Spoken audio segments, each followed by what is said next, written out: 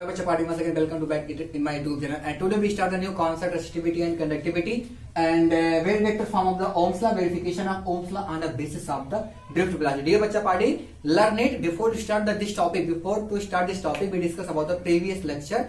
Previous point in the previous lecture, we discuss about the Ohm's law. What the Ohm's law? I realized to you the concept of Ohm's law. What is the concept of Ohm's law? V equal to IR. What is the R? Define to R resistance is R, okay students, and formula of the resistance, okay, and I discuss about the experimental verification of the Ohm's law, and we draw the graph of V and I. So students, if you have skipped the previous lecture, please watch to that video, because previous lecture is very good tools for to understand this topic, which is running in this lecture, okay. So before to start the lecture, resistivity and conductivity. Dear students, first of all discuss about the resistance. In the previous lecture I discussed about the resistance. Resistance is the property of the conductor by which it opposes the flow of electric current through in it. यानी कि जो resistance होता है हमारा, ये conductor का एक ऐसा प्रॉपर्टी होता है, कंडक्टर का एक ऐसी प्रॉपर्टी होता है, okay, what am I saying, please learn it. Conductor की एक ऐसी प्रॉपर्टी होती है जिससे क्या करता है, अपोज करता है. किसका अपोज करता है? इलेक्ट्रिक करंट का, जो उस कंडक्टर से होकर फ्लो करता है. Clear? Okay. So dear students, आज हम रेसिस्टिविटी एंड कंडक्टिविटी पे डिस्कस करेंगे. फिर इसके बाद डिस्कस करेंगे vector form of Ohm's law. Ohm's law का वेक्टर फॉर्म क्या होता है, अगर आपको नहीं पता तो प्लीज लेक्चर को स्किप मत करिएगा, बिल्कुल लास्ट तक देखिएगा. और लास्ट में फिर डिस्कस करेंगे verification of Ohm's law on the basis of drift velocity. जैसा कि आपको पता है V upon I equal to constant होता है. V upon I equal to constant, इसको हम क्या बोलते हैं, R. तो ये हमारा ओम्स लॉ है. This is what, Ohm's law. तो ये V upon I equal to constant में लाऊंगा, बट किसके बेसिस पे?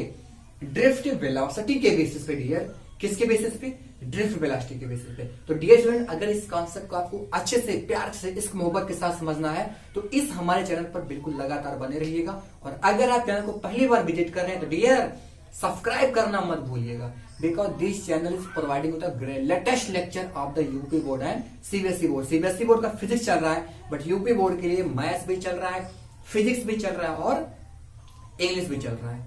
Okay students, don't worry, let start the topic. What topic?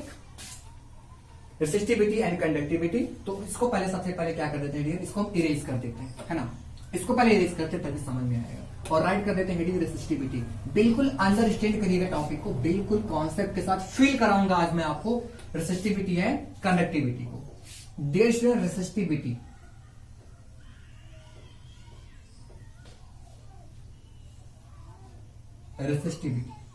Resistance का मतलब आपको समझ में आया होगा सर, कि रेसिस्टेंस का मतलब होता है कंडक्टर की वो प्रॉपर्टी जिससे वो अपने अंदर फ्लो होने वाले करंट का अपोज करे. उससे को हम क्या बोलते हैं, रेसिस्टेंस. यूनिट क्या हो गया था, ओम हो गया था. अब जो ये रेसिस्टेंस है वो कंडक्टर के साइज पे डिपेंड करता है.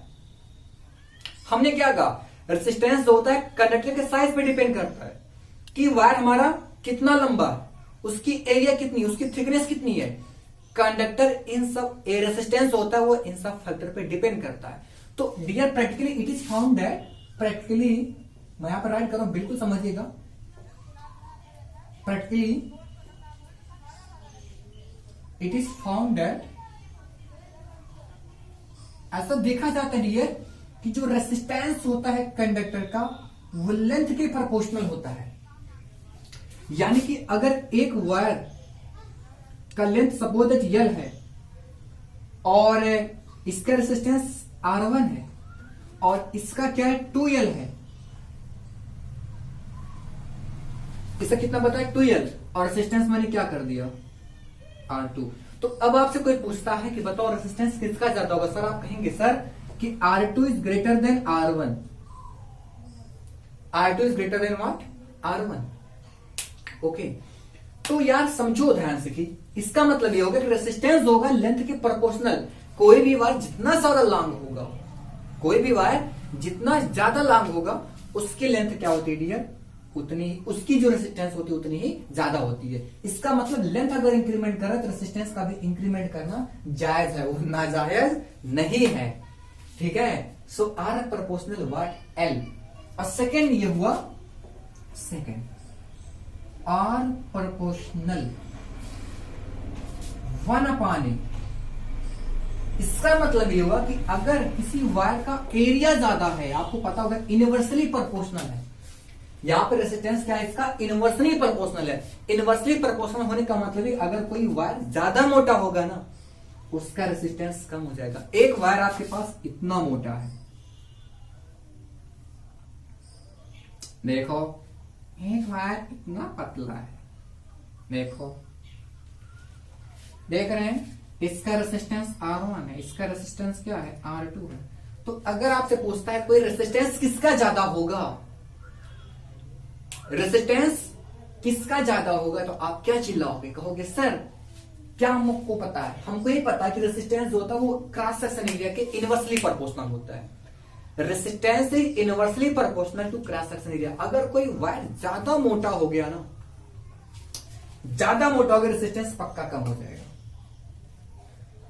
तो ज्यादा मोटा हो गया, रेसिस्टेंस क्या हो गया, कम हो गया। ये कम पतला है, सॉरी पतला ही ज्यादा है, ज्यादा थिन है, तो इसका रेसिस्टेंस क्या हो जाएगा, ज्यादा हो जाएगा। तो आप क्या कहेंगे सर, क्या कहेंगे सर कि R1 is less than what, R2।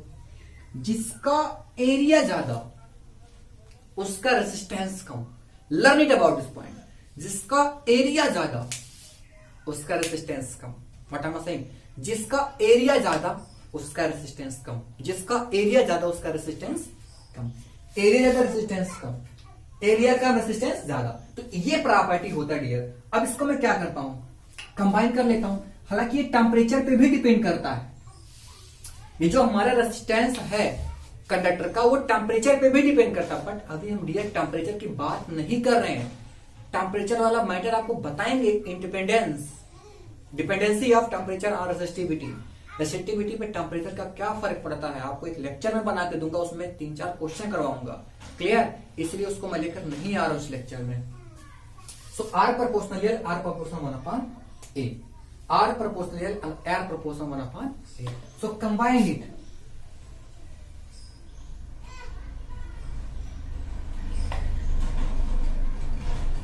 Combining two above क्या हो जाएगा, आर प्रोपोर्शनल L/A। क्या हुआ बोलो, आर प्रोपोर्शनल L/A।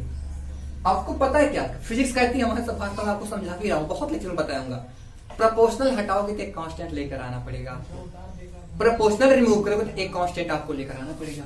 तो जैसा कि यहां पर मैं जो कांस्टेंट लेकर आ रहा हूं वो कांस्टेंट कुछ ऐसे बनेगा, रो, इसको क्या बोलते हैं रो, और L/A। तो रो को अलग कर दो, सो रो कल टू RA/L।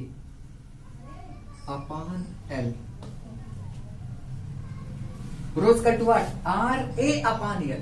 यहां पे रो क्या है, रो कांस्टेंट है, और इसी को हम बोलते हैं डियर रेसिस्टिविटी। इसी को हम क्या बोलते हैं बच्चा, resistivity. What am I saying, resistivity. So here rho is what,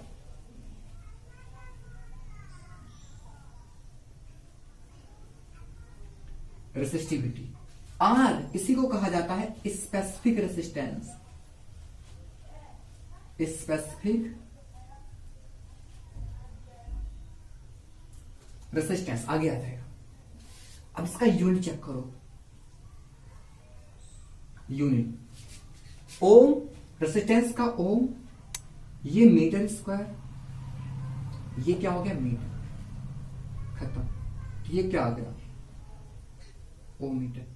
यानी कि जो स्पेसिफिक रेसिस्टेंस होता है, जो किसी भी कंडक्टर का जो रेसिस्टेंस होता है स्पेसिफिक वाला, जिसको कहते हैं रेसिस्टिविटी, उसकी जो यूनिट होती है वो ओम मीटर होती है। क्या कहा, उसकी यूनिट क्या होती है, ओम मीटर होती है। क्लियर बात, ओम मीटर होती है, समझ में आई बात। सो अगर बच्चा इतनी बात को आप क्लियर कर पा गए होंगे तो प्लीज नोट डाउन इट, जल्दी से क्या करिए इसको नोट करिए। फिर आपको कुछ एक इंपॉर्टेंट नोटिस देते हैं इससे रिलेटेड, रेसिस्टिविटी से रिलेटेड, ठीक है। वो इंपॉर्टेंट नोटिस वास्तव में बहुत ज्यादा इंपॉर्टेंट होगा dear. So please fastly note down.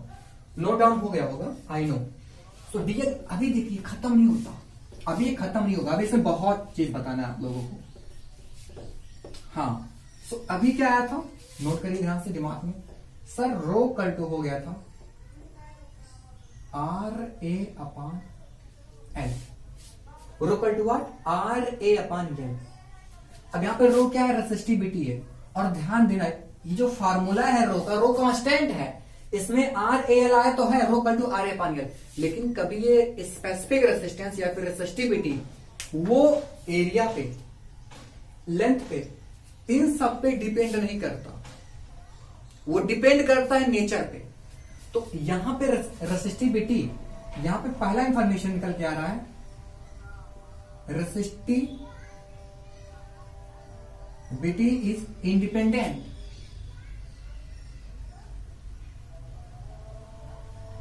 on size of conductor, size of conductor। Second information क्या निकल के आ रहा है, सेकेंड इंफॉर्मेशन निकल के ये आ रहा है, जो रेसिस्टिविटी है, resistivity okay, depend on nature of conductor, nature of conductor, है ना। किस पे डिपेंड करता है, कंडक्टर के नेचर पे डिपेंड करता है। ये मतलब क्या हुआ, लोचा क्या है कि सर कंडक्टर के नेचर पे डिपेंड करता है। सपोज दैट आपके पास एक कापर का वायर है, कापर का वायर है, और एक बार मैंने 1 मीटर ले लिया और एक बार 2 मीटर ले लिया गया, है ना। कापर का ही वायर है, नेचर इसका क्या है, कापर, कापर का वायर, और एक वायर का लेंथ आपका 1 मीटर और सेकंड का लेंथ कितना है, 2 मीटर है। Are you getting my point, clear हो रहा होगा। 1 मीटर का है और ये क्या है, 2 मीटर, वायर 1 मीटर का और कितने मीटर का है, 2 मीटर का है। तो अगर सपोज दैट इसकी रेसिस्टिविटी 2.0 इंटू 10⁻7 ओम मीटर है, तो इसका भी उतना ही होगा, 2.0 इंटू 10⁻7। बिकॉज आपको मैंने क्या बताया कि रेसिस्टिविटी कभी साइज पे डिपेंड नहीं करता, छोटा है कि मोटा है, बस ये होना चाहिए वो किस चीज का बना है। कापर का वायर चाहे इतना छोटा सा ले लो, चाहे ऐसा ले लो, चाहे आप बहुत बड़ा ले लो, चाहे इतना मोटा सा ले लो, बट उसके लिए रेसिस्टिविटी क्या होगा डियर, हमेशा के लिए कांस्टेंट बनी पड़ी रहेगी। रेसिस्टिविटी कभी चेंज होने वाली नहीं है। ओके, तो resistivity is independent on size of the conductor, but resistivity depend on the nature of the conductor. I think you have clear this point. Okay dear, clear. So अगर आप इतना clear कर लिए होंगे, सो प्लीज इसको मैं erase कर दे रहा हूं। अब सुनो एक कहानी, आपको एक डिफिनीशन बनाना है रेसिस्टिविटी का, बिकॉज अभी तो आपको रेसिस्टिविटी कोई डिफिनेशन तो मिला नहीं। आपको क्या करना है, डिफिनेशन बनाना है, तो बहुत आसान है। देखो हम सपोज कर रहे हैं let small L equal to 1 metre, comma area equal to what, 1 metre square. So rho equal to R, आया कि नहीं आया, रो इक्वल टू क्या आया, आर आया कि नहीं आया। इसका मतलब क्या हुआ समझो, इसका मतलब ये हुआ कि अगर आपके पास 1 मीटर लॉन्ग वायर हो, अगर आपके पास 1 मीटर लॉन्ग वायर हो और उसका क्रॉस सेक्शन एरिया भी कितना हो, 1 मीटर स्क्वायर, यानी कि कह सकते हैं फाइनली कि सर उसका वॉल्यूम जो होगा वो 1 क्यूब मीटर होगा, ये भी कह सकते हैं। बट ये सब हमें नहीं बोलना है, बस इतना बोलिए कि सर एक वायर होगा जिसका एरिया कितना हो, 1 मीटर स्क्वायर हो, और लेंथ कितना हो, 1 मीटर हो, तो वो जितना रेसिस्टेंस ऑफर्ड करता है कंडक्टर को, वही उसकी होती है रेसिस्टिविटी। क्लियर, क्या बोला हमने, कहा द स्पेसिफिक रेसिस्टेंस या resistivity is the resistance of the conductor which have the unit length and unit cross section area. So right here resistivity is the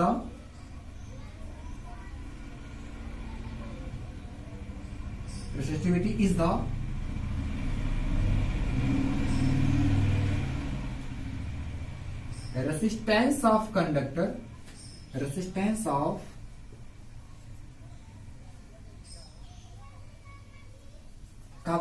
which have unit length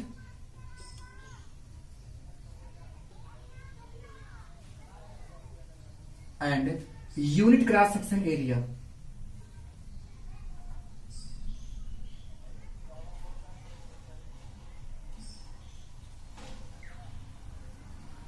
unit length and unit cross section area. तो ये बच्चा definition था कि अगर किसी भी wire का length 1 metre, cross section area 1 metre square हो जाए तो उसका जो रेसिस्टेंस होता है ना, वही उसका स्पेसिफिक रेसिस्टेंस होता है, वही उसका रेसिस्टिविटी होता है. डियर, क्या आपके दिमाग में इतनी बात चल गया होगा ना? तो अगर ये चल गया तो प्लीज क्या करिए, कहां रुके हुए हैं, जल्दी से इसको भी नोट करिए. फिर आपको बताते हैं कंडक्टिविटी के बारे में. What is conductivity? Okay, note down it कर लिए. जल्दी से हम यहाँ पे कंडक्टिविटी के बारे में पढ़ लेते हैं और आपको मजा आ रहा होगा. अगर आप हमारे चैनल को पहली बार देख रहे हैं तो प्लीज सब्सक्राइब करना मत भूलिएगा. Discuss about the conductivity.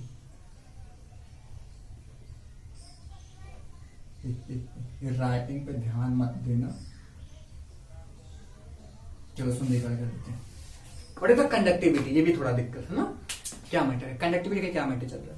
देखो यार, जो रेसिस्टिविटी होता है ना, जस्ट अपोजिट, रेसिप्रोकल कर दो. क्या कर? रेसिप्रोकल. रेसिस्टिविटी का रेसिप्रोकल ही क्या है?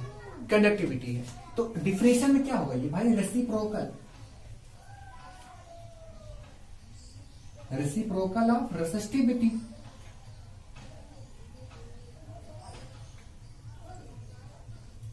Reciprocal of resistivity is called conductivity. है ना? बहुत छोटा सा बच्चा था. It's called conductivity. अब इसका सिंबल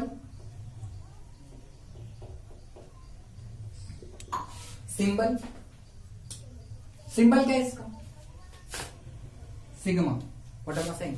चमक गया होगा. सिग्मा. और सिग्मा का टू 1/रो. सिग्मा का टू 1/रो. क्या बोलते हैं भाई इसको? सिग्मा का टू 1/रो. अच्छा, इसके यूनिट पे डिस्कस कर लेते हैं. यूनिट पे what is the unit of the conductivity? तो डियर 1/रो का टू ओ मीटर. ये ऊपर जाएगा तो जाएगा ओम इनवर्स मीटर इनवर्स. और ये जो ये ओम इनवर्स मीटर इनवर्स है, ओम इनवर्स को बोलते हैं महो मीटर इनवर्स, या इसी को ऐसे भी राइट कर सकते हैं. तो ये यूनिट है, या फिर ये यूनिट है, या तो फिर ये यूनिट महो मीटर इनवर्स, या फिर ऐसे सिंबल का बिल्कुल रेसिस्टेंस का जो सिंबल होता है ना, उसका उल्टा कर दो. रेसिस्टेंस का बिल्कुल उल्टा है भाई. देखो रेसिस्टेंस हमारा ऐसे था ना, ये क्या हो गया? सॉरी, ऐसे नहीं था रेसिस्टेंस, ऐसे था, ये ऐसे हो गया. ठीक है ना? तो ये बिल्कुल जस्ट अपोजिट है. तो डियर, क्या ये बात क्लिक हुआ माइंड में? अब एक इंपॉर्टेंट बात है, देखिए, अगर कंडक्टर है, अगर आपके पास कंडक्टर है, तो अगर उसके मैं रो की बात कर दूं, कंडक्टर है, ये क्या है? इंसुलेटर है. क्या है? ऑर्डर है 1. ठीक है, तो यहां पे सिग्मा और एक तरफ क्या हो गया? रो हो गया. टेबल जान लो, बट रियलिटी में क्या होता है, एक चैप्टर आपको मैं डिस्कस करूंगा डियर, बहुत प्यारा सा चैप्टर है, सेमी कनेक्टेड डिवाइस, इलेक्ट्रॉनिक्स. जब मैं आपको इलेक्ट्रॉनिक्स पढ़ाऊंगा तो उसमें सबका रेंज आएगा, तो वहां पे आपको बहुत बेहतरीन तरीके से समझाया जाएगा. तो कंडक्टर के अंदर भाई सुनो रेसिस्टिविटी बहुत कम होता है। व्हाई? बिकॉज करंट फ्लो होता है। तो कहेंगे सर रेसिस्टिविटी जीरो और कंडक्टिविटी क्या हो गया? इनफाइनाइट। और जस्ट उल्टा कर दो इसका, ये जीरो, ये क्या हो गया? इनफाइनाइट। तो डियर अगर ये पॉइंट क्लियर हो गया तो प्लीज जल्दी से क्या करें, अपने प्यारे से खूबसूरत कलम से जल्दी से क्या करिए, इसको नोट करिए और फिर डिस्कस करते हैं vector form of Ohm's law. Vector form of Ohm's law which is very important, which is very important. So please note down it, vector form of Ohm's law discuss कर लिए। Ohm's law पे discuss करना है। आप Ohm's law पे क्या करना है डियर? डिस्कस करना। देखिए ओम्स लॉ क्या होता है सबसे पहले आप जानिए। 1 second. What is Ohm's law? आपको पता है, यहां पर कर दो heading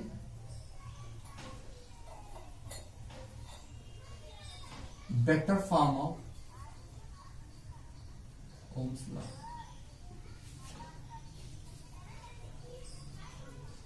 vector form of Ohm's law. What is the vector form of Ohm's law? देखो वी नो दैट, आपको पता है, कहते हैं सर क्या लिखते हैं बार बार, we know that V equal to R. क्या ये बात आपको पता है V equal to I R होता है? बोलिए। अगर इतना बात पता हो गया तो अब सुनो, बिल्कुल आसान है।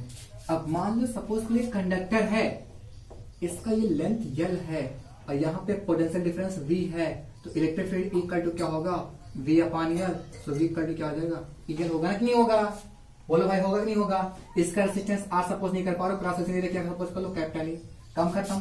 सो V इक्वल टू EL और R इक्वल टू क्या होता है?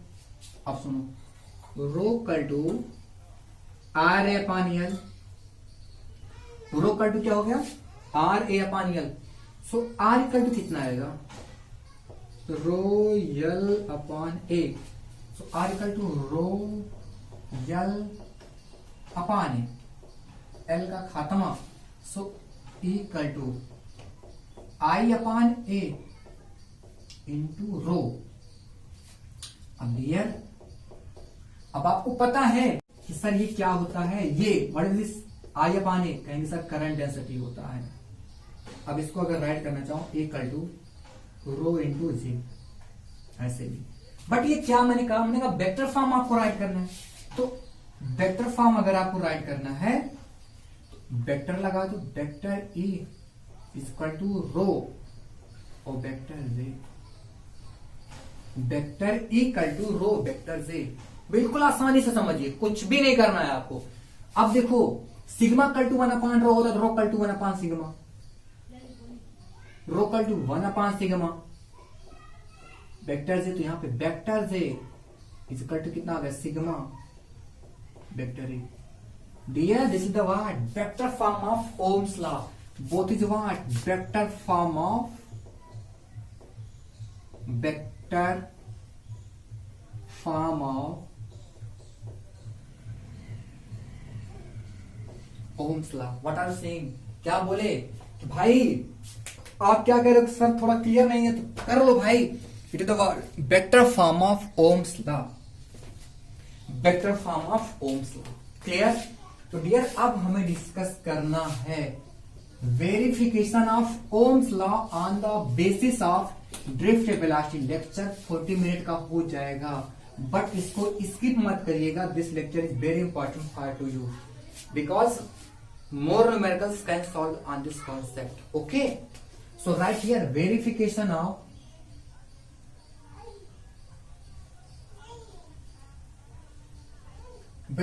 of Ohm's law, verification of Ohm's law on the basis of drift velocity. Okay बच्चा, राइट कर देते हैं। Verification of Ohm's law on the basis of drift velocity. Dear समझो ध्यान से, सबसे पहले आप पूरी कहानी को समझिएगा। ये सपोज कर लो एक वायर है और इस वायर का क्रॉस सेक्शन एरिया कैपिटल है और इसका जो लेंथ सपोज कर लो वो L है यहाँ पे इलेक्ट्रिक फील्ड इस तरीके से है, तो हमारा जो इलेक्ट्रॉन होगा वो ऐसे मूव करेगा। अब कैसे इलेक्ट्रिक फील्ड जनरेट हुआ है? बिना किसी बैटरी लगाए तो होगा नहीं। तो इलेक्ट्रॉन जिस वेलोसिटी से मूव करता है during in this situation, that is called what? Drift velocity. क्या ये सब बात समझ में आया? This is what? Drift velocity. अब आपको पता है कुछ चीजों के बारे में, आपको पता है क्या? पता है कि relation between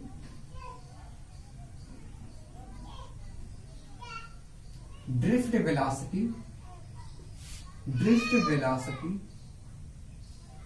and relaxation time.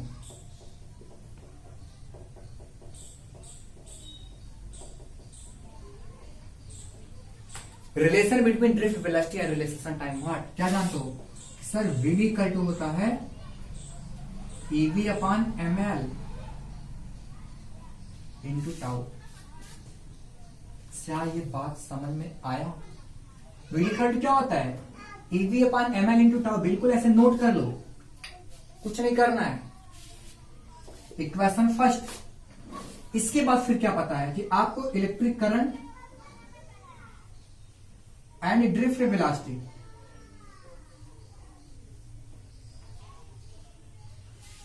Electric current and drift velocity के बीच क्या रिलेशन होता है? I equal to n E A into v d. Equation क्या हो गया? सेकंड हो गया। इक्वेशन वर्ड क्या है? सेकंड है। अब फर्स्ट एंड सेकंड से कंपेयरिंग कर दो। भाई इंक खत्म हो गया है, मेरे पास नहीं है इंक, डाल दूंगा, अभी टेंशन ना लो। जब दिखेगा नहीं आपको, चेक कर लेते हैं अभी आपको ऑब्जर्व हो रहा है कि नहीं हो रहा है? हो रहा है कि नहीं हो रहा है? हाँ, सब कुछ तो दिख रहा है आपको साफ साफ। तो from equation first and second, from equation first and second, from equation first and second. So कर यहां पे वीडी कितना है ये रख दो यहां पे। सो आई इक्वल टू क्या है? N E A. और वीडी इक्वल टू क्या है? EV upon M L into tau. EV upon M L into what? Tau. Clear? अब सुनो, आई इक्वल टू यहां पे N E square A tau upon M L into V. So V upon I कितना आएगा यार? बोलो। कहोगे sir M L upon N E square A tau. अब भाई ये पूरा M constant, L constant, number of electrons conductor में फिक्स होता है। इलेक्ट्रॉन्स कितने हैं कंडक्टर के अंदर वो भी फिक्स है। इलेक्ट्रॉन्स पे charge, cross section area, relaxation time, सब का सब क्या पूरा बन रहा है? कांस्टेंट बन रहा है। सो इसका मतलब क्या हो गया? V upon I equal to constant R. और ये हमारा क्या है? सब कांस्टेंट है। तो v upon I equal to constant, यहां पे v upon I equal to constant है ये सब। तो इसका मतलब r equal to ml upon N E square A tau. Resistance जो कि कांस्टेंट टर्म होता है, देखो ध्यान से, v upon I equal to constant बताया था। किसने बताया था? ओम्स बाबा ने बताया था। ओम्स बाबा ने कहा था कि v upon I equal to constant होता है। v upon I equal to क्या होता है? कांस्टेंट होता है। बट यहां पे देखो, यहां बट क्या सही बात है, यहां पे देखो v upon I equal to क्या आया आप उनका? हाँ, कांस्टेंट आया कि नहीं आया? इसका मतलब क्या? ये ओम्स लॉ है कि नहीं है? और किसके बेसिस पे आया? पूरा का पूरा कॉन्सेप्ट किसका लगा यहाँ पे? ड्रिफ्ट वेलोसिटी का। तो डियर ऐसे आपको प्रूव करना है एग्जाम में, अगर आपको आ जाएगा कि ओम्स लॉ को ड्रिफ्ट वेलोसिटी के बेसिस पे प्रूव करो, तो प्लीज ऐसे फिगर बना के इसका लैंग्वेज सेटअप कर दीजिएगा, बिकॉज लैंग्वेज इसका राइट करवा दिया गया इसके प्रीवियस के लेक्चर में, है ना। अब आपको डिस्कस करना है कुछ न्यूमेरिकल्स पॉइंट को लेकर के, जिसमें हम क्या कहते हैं? वायर को स्ट्रेच कर देते हैं। वायर क्या कहते हैं? स्ट्रेच करते हैं। कोई वायर अगर छोटा सा रहेगा, बड़ा हो जाएगा, उसकी साइज को चेंज करते हैं तो कैसे कुछ रेसिस्टेंस वगैरह वगैरह निकाले जाते हैं। तो प्लीज इसको आप जरूर देखिएगा, लास्ट पॉइंट है। Okay students, so please skip मत करिएगा, सो नोट डाउन इट। अब आपको डिस्कस करना है स्ट्रेचिंग ऑफ वायर पे। किस पे डिस्कस करना है? स्ट्रेचिंग ऑफ वायर पे। स्ट्रेचिंग का मतलब है कि वायर को भाई साइज को चेंज किया जाएगा। सपोज दैट आपके पास एक कॉपर वायर था, ये देखो ध्यान से, वायर किसका है? कॉपर का बना हुआ है। इसका लेंथ L1 और क्रॉस सेक्शन एरिया कितना हो गया? A1 हो गया।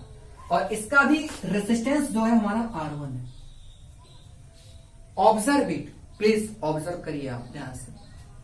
व्हाट एम आई सेइंग, हमने ये कहा भाई कि रेसिस्टेंस हमारा R1, लेंथ L1, एरिया क्या हो गया A1। अब इसको स्ट्रेच कर दिया गया, इसको ऐसे कर दिया गया, पतला सा बना दिया गया। सो एरिया क्या हो गया A2 हो गया, लेंथ L2, रेसिस्टेंस क्या हो गया R2।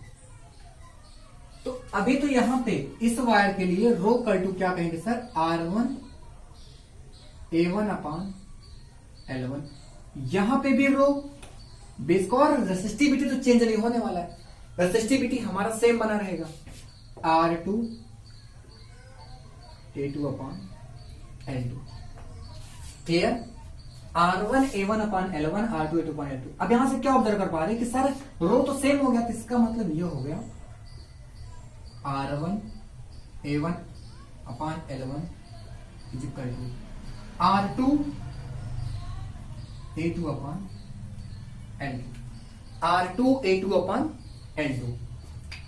क्लियर। अब एक बात सुनो, यहां से R1 अपान R2 करो, R1 अपान R2, तो ये इधर क्या हो गया A2 upon L2, A2 upon L2। Clear, ये क्या हो जाएगा L1 अपान A1। ये चमक गया होगा आपके दिमाग में, चमक गया होगा ना। अब सुनो, यहां पे अगर इसका मैं वॉल्यूम पूछना चाहूं, वॉल्यूम, तो कहेंगे sir area into length A1 L1। ये इंपॉर्टेंट है नोट। यहां पे वॉल्यूम तो चेंज होगा, होता नहीं, वायर को आप छोटा सा उसको बड़ा कर दो, वॉल्यूम फिक्स है भाई। लेंथ को आप चेंज करेंगे तो पतला हो जाएगा, लेंथ को आप बड़ा करेंगे तो पतला हो जाएगा, और भाई एरिया कम करेंगे, सही बात बोला, एरिया कम करेंगे, एरिया ज्यादा करेंगे तो मोटा हो जाएगा, है ना। यहां पे क्या हो गया A2 L2, but volume same है। अब यहां पे देखो, बट यहां पे नोट कर देता हूं, बढ़िया रहेगा, but A1 L1 is equal to what A2 L2। तो अब यहां पे A1 upon A2 is equal to L2 upon L1। A1 upon A2 is equal to what L2 upon L1।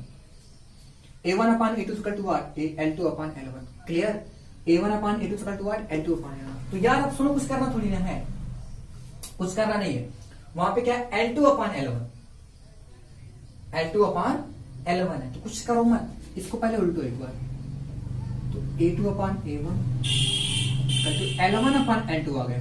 Clear, A2 upon A1 कल to क्या आ गया L1 अपान L2। उठा के रख दो, L1 अपान L2 तो मिल ही रहा है ना, so R1 upon R2,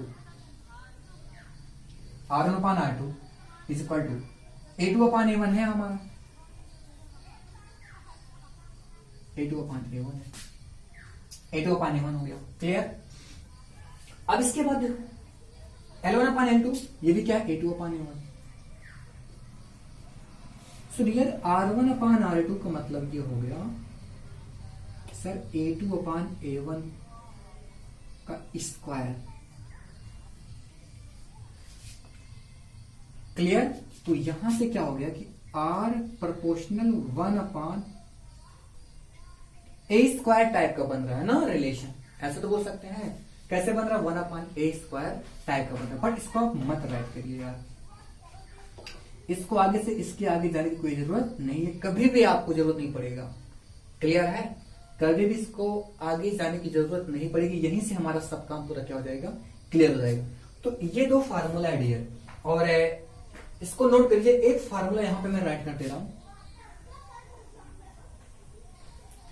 Rn equal to n square R1, that is very important formula. यानी कि वायर के अगर लेंथ को n टाइम कर देंगे तो उसका जो फाइनल रेसिस्टेंस आता है Rn, वो n स्क्वायर R1 होगा। क्या बोला, अगर मान लो किसी वायर का रेसिस्टेंस पहले 10 ओम रहा होगा और उसकी लेंथ को मैं 2 टाइम कर देता हूं, कितनी टाइम 2 टाइम। अब आपसे रेसिस्टेंस पूछेगा तो बोलेंगे क्या Rn equal to n square R1, so 2 का स्क्वायर, R1 कितना है 10 है, सो 2 2 जा 4, 4 10 जा 4, तो रेसिस्टेंस हमारा कितना हो जाएगा 40 ओम। कितना ओम? 40 ओम। रेजिस्टेंस को कितना टाइम किया गया? n टाइम, तो रेजिस्टेंस कितना हो गया? n square R. तो there in the next lecture we discuss about the numericals. अगले लेक्चर में आपसे न्यूमेरिकल्स के साथ मिलेंगे। स्टूडेंट्स, आपको लेक्चर अच्छा लगा हो तो दोस्तों के साथ शेयर कर दीजिएगा और हमारे चैनल को सब्सक्राइब करके बेल आइकन को प्रेस कर दीजिए, जिससे आपको सभी नोटिफिकेशन आपको लगातार मिलते हैं।